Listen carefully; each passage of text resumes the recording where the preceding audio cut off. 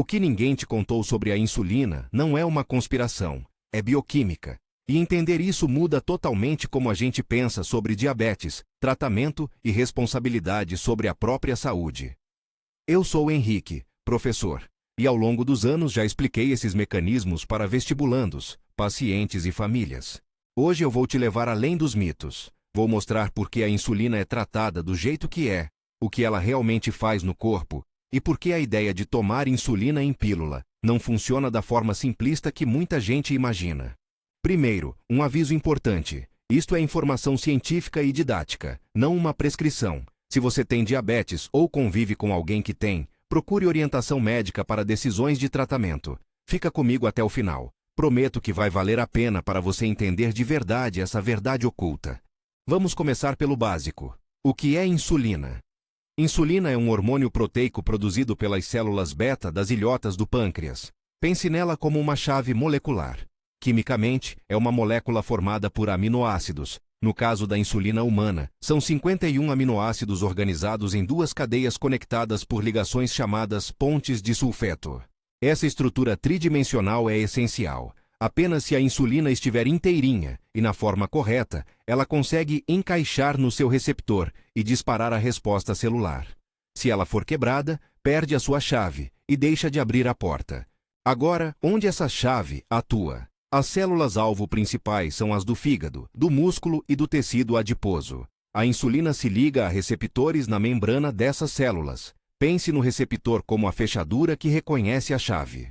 Quando a ligação ocorre, uma cascata de sinais dentro da célula faz com que canais e transportadores se movam para a membrana. É assim que a glicose presente no sangue entra nas células, especialmente no músculo e no tecido adiposo, por meio de transportadores chamados GLUT4. No fígado, o mecanismo é um pouco diferente. O fígado usa transportadores como GLUT2 e responde à insulina ativando enzimas que transformam glicose em glicogênio. Em resumo, insulina diz, guarde, quando há excesso de glicose, e pare de produzir mais, quando não é necessário. Para tornar isso mais visual, imagine a corrente sanguínea como uma rua cheia de carros, a glicose. As células são garagens. Sem insulina, a porta da garagem permanece fechada para a maioria dos carros.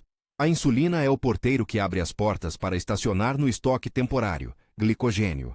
Ou, se já estiver cheio, direciona uma parte para o cofre de longo prazo, gordura. O glucagon, por sua vez, é o hormônio antagonista. Quando o nível de glicose no sangue cai, o glucagon ordena ao fígado que quebre o glicogênio e solte glicose na rua. Esse equilíbrio entre insulina e glucagon é o que mantém a glicemia estável. O destino da glicose no corpo tem duas grandes vias. Curto prazo, como glicogênio, e longo prazo, como triacilgliceróis no tecido adiposo. Glicogênio é um polissacarídeo.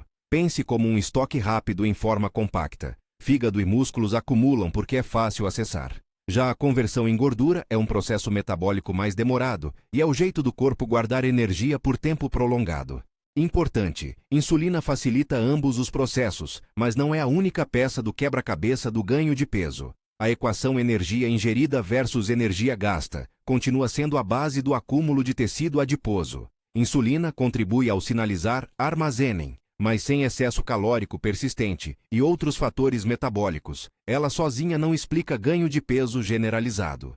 Vamos clarear a grande confusão sobre os tipos de diabetes.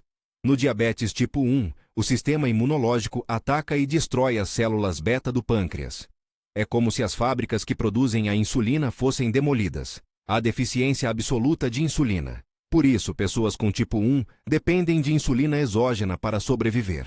Não é escolha, é necessidade fisiológica. Já no diabetes tipo 2, o quadro costuma ser diferente. As células-alvo ficam menos sensíveis à insulina. É a chamada resistência à insulina. E em muitos casos, o pâncreas até produz insulina, às vezes em níveis normais ou até elevados, mas não é suficiente para superar essa resistência. Com o tempo, em muitos pacientes com tipo 2, a função das células beta pode se deteriorar e a produção cair. Mas a raiz inicial costuma ser essa resistência, ligada a fatores como genética, sedentarismo, excesso de peso central e alterações metabólicas. Agora chegamos ao ponto do título, porque se insulina é uma proteína, não basta tomá-la por via oral como tomamos um comprimido. A resposta está na fisiologia do sistema digestório. O trato gastrointestinal foi desenhado ao longo da evolução para degradar proteínas em aminoácidos. Esse é o objetivo: quebrar para absorver. No estômago, o ambiente é muito ácido e existe a pepsina, uma enzima especializada em iniciar a digestão proteica. No intestino delgado, enzimas pancreáticas como tripsina, quimotripsina e elastase continuam quebrando as cadeias peptídicas, e há peptidases de membrana que transformam os fragmentos em aminoácidos e pequenos peptídeos antes da absorção. Tudo isso significa que uma proteína ingerida por via oral raramente chega ao sangue intacta. Ela é desmontada justamente para que os nossos enterócitos absorvam os blocos básicos, os aminoácidos, e não proteínas inteiras funcionais. Se você engolir insulina convencional, o que chega ao sangue são pedaços e aminoácidos, não a chave funcional que precisa reconhecer o receptor para abrir a porta. Por isso, a insulina tradicional, em forma de proteína, não funciona por via oral. Além disso, existem barreiras físicas e de transporte. A mucosa intestinal não permite facilmente a passagem de macromoléculas inteiras para a corrente sanguínea. Existem estratégias de pesquisa para contornar isso: uso de nanopartículas, revestimentos resistentes ao ácido gástrico, absorção por via sublingual ou via inalatória, e o emprego de moléculas que abrem temporariamente junções entre células epiteliais. Mas todas elas buscam proteger a insulina da digestão e permitir sua entrada na circulação sem que ela seja degradada. Algumas alternativas já chegaram ao mercado em formas não injetáveis, como a insulina inalada para casos específicos. Porém, a ideia de tomar uma pílula comum com insulina, que funcione da mesma maneira que uma injeção subcutânea para todos os pacientes, ainda é, no melhor cenário, objeto de estudos, e na prática, não é a norma. Quando alguém diz que existe insulina oral no mercado, é preciso verificar o que exatamente está sendo oferecido, sob qual forma e para quais indicações. Vou ilustrar com uma metáfora. Imagine enviar uma carta importante dentro de um transporte postal que tem um triturador automático no caminho. Para que a carta chegue inteira, você precisa acondicioná-la em um invólucro que resista ao triturador, e depois, de algum modo, atravessar um mural impermeável. Pesquisadores trabalham tanto no invólucro resistente, quanto em meios de atravessar a muralha. O progresso existe, mas ainda é complexo, caro e sujeito a muitas avaliações clínicas. Voltando um pouco na história, o tratamento com insulina começou de forma bem diferente do que conhecemos hoje. No passado, a insulina era extraída de pâncreas de animais, como porcos e bovinos. Essas primeiras insulinas salvaram vidas, e essa história é parte importante da medicina moderna. Com o avanço da biotecnologia e da engenharia genética, tornou-se possível produzir insulina idêntica à humana em micro-organismos como bactérias ou leveduras. Isso trouxe maior disponibilidade, pureza e menos reações imunológicas associadas às insulinas animais.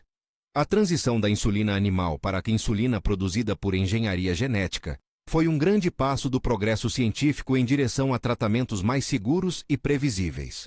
Falemos agora de como a insulina é administrada e por quê. A forma mais comum ainda é a injeção subcutânea, porque essa via contorna o trato digestório e permite que a molécula entre na circulação com sua estrutura funcional preservada. Em pessoas com diabetes tipo 1, a administração de insulina exógena repõe o que o corpo deixou de fabricar. Em tipo 2, insulina pode ser necessária quando o controle glicêmico não é alcançado apenas com mudanças de estilo de vida e outros medicamentos.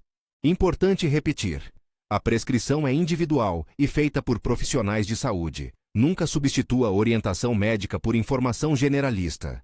Agora, uma das perguntas que mais gera ruído: insulina engorda?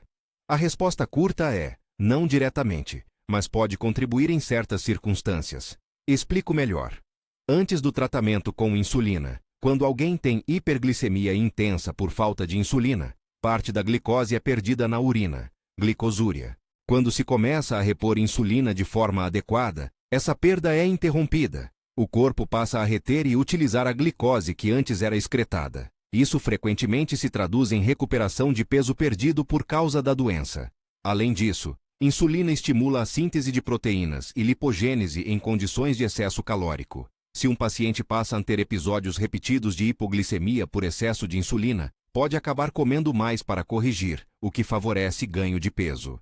Mas isso não significa que a insulina é a vilã ou a única responsável pelo aumento de peso. Dieta, nível de atividade física, padrão hormonal, genética e a própria estratégia terapêutica são fatores relevantes.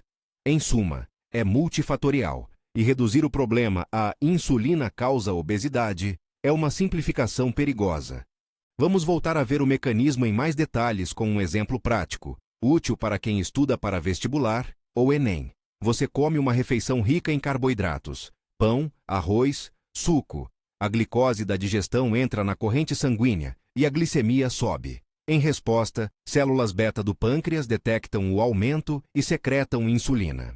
A insulina chega a fígado e músculos. No músculo, promove o transporte de glicose para dentro das células através da translocação do GLUT4, onde a glicose será usada para produzir energia ou armazenada como glicogênio. No fígado, a insulina ativa enzimas que convertem glicose em glicogênio e inibe a produção de glicose, gliconeogênese. Se houver excedente, parte da glicose é convertida em ácidos graxos e estocada como triglicerídeos no tecido adiposo. Quando mais tarde a glicemia cai, o glucagon age e sinaliza ao fígado para quebrar glicogênio e liberar glicose. Esse ciclo mantém a glicemia dentro de faixas seguras. Em diabetes, alguma etapa desse sistema falha. Ou a insulina falta, tipo 1, ou as células não respondem adequadamente, tipo 2. Entender essas diferenças é essencial para compreender por que tratamentos e estratégias variam. Outra área onde a tecnologia mudou vidas é na monitoração e no manejo. Monitorização contínua de glicose, CGM, bombas de insulina e sistemas híbridos que combinam sensores e algoritmos têm transformado o dia a dia de muitas pessoas com diabetes. Sensores modernos conseguem medir a glicose no líquido intersticial quase em tempo real e enviar alertas quando a glicemia está alta ou baixa. Bombas de insulina permitem a infusão contínua subcutânea e, quando integradas a sensores, podem ajustar automaticamente taxas basais ou interromper a infusão diante do risco de hipoglicemia. Tudo isso melhora a qualidade de vida, reduz o número de picadas e dá a quem convive com diabetes ferramentas mais próximas do que o corpo faria naturalmente. Ainda assim, nem toda tecnologia é indicada para todo mundo. Custo, disponibilidade e escolhas clínicas influenciam quem pode ou não usar esses dispositivos. Voltando a mitos, existe insulina oral, milagrosa, escondida por farmácias? Não. Existem pesquisas cujos objetivos incluem desenvolver formas não injetáveis de insulina, usando estratagemas farmacotécnicos para proteger a molécula e permitir sua absorção. Algumas vias alternativas já testadas incluem insulina sublingual, insulina em cápsulas com revestimentos especiais, insulina em nanopartículas e insulina inalada. Algumas dessas abordagens tiveram sucesso parcial ou foram aprovadas para indicações específicas, mas o quadro geral é este. A insulina convencional, tal como a que aplicamos por injeção, é degradada no trato gastrointestinal. Por isso, pílulas simples com insulina não são uma solução pronta e universal. Quando você ouvir alguém dizendo que existe uma pílula mágica para substituir todas as aplicações, questione: qual a forma farmacêutica está validada por estudos clínicos robustos e para quais pacientes? Transparência e evidência são palavras-chave. É também crucial separar desinformação de progresso real. A ciência cumpre ciclos, hipóteses, testes pré-clínicos, ensaios clínicos e aprovação regulatória. Cada avanço precisa passar por essas etapas. Hoje, a engenharia genética permitiu produzir insulina humana e variantes com diferentes perfis de ação, rápida, intermediária, prolongada, o que dá flexibilidade no manejo. Pesquisas em curso buscam formas que mimetizem ainda mais o pâncreas humano, células produtoras encapsuladas, terapias celulares e até estratégias de imunomodulação para evitar o ataque autoimune no tipo 1. Todas essas são promissoras, mas também complexas. Nenhuma delas é atalho simples. Exigem tempo, testes e regulamentação. Quero fazer um parêntese pessoal. Convivo com pacientes e famílias diariamente e vejo o impacto prático do conhecimento. Saber por que a insulina age do jeito que age dá segurança para negociar o tratamento com a equipe de saúde. Saber o que é mito evita frustrações. A ciência nos dá ferramentas e a responsabilidade individual e coletiva é aprender a usá-las bem. Antes de encerrar, mais algumas observações práticas e necessárias. Há muitos remédios e estratégias para diabetes tipo 2 que não envolvem insulina diretamente. Mudanças de estilo de vida, medicamentos orais e injetáveis que atuam por mecanismos diferentes, alguns estimulando ainda mais a secreção de insulina, outros modulando a absorção intestinal de glicose ou a sensação de saciedade. A presença dessas opções às vezes alimenta a confusão. Por exemplo, medicamentos que diminuem a absorção de glicose intestinal ou aumentam a saciedade não são insulina, mas ajudam a controlar a glicemia. Por isso, conversar com um endocrinologista ou equipe multidisciplinar é sempre o caminho correto para decidir a melhor estratégia para cada pessoa. Para fechar com a parte histórica e de esperança, o tratamento com insulina transformou uma condição fatal em uma doença manejável. Hoje, com avanços em biotecnologia, monitorização e terapias em pesquisa, a qualidade de vida de muitas pessoas com diabetes melhorou muito. Ainda há desafios: acesso à tecnologia, custos, educação em saúde, mas o progresso existe. E lembrar a história ajuda a ver que a ciência evolui. Do pâncreas animal para a insulina humana produzida por engenharia genética, até chegar aos sensores e bombas de hoje, cada etapa foi construída sobre a anterior. Se você chegou até aqui, obrigado pela atenção. Se inscreva no canal para mais aulas como esta. E para terminar com um tom humano, a ciência nos ajuda a entender o corpo, mas a cultura e a arte nos lembram de viver bem enquanto cuidamos da saúde. Dedico esta última frase à memória e à energia irreverente de Rita Lee, que celebrou a liberdade e a singularidade humana de um jeito impossível de ignorar. Obrigado por assistir. Cuide-se e busque sempre informação confiável.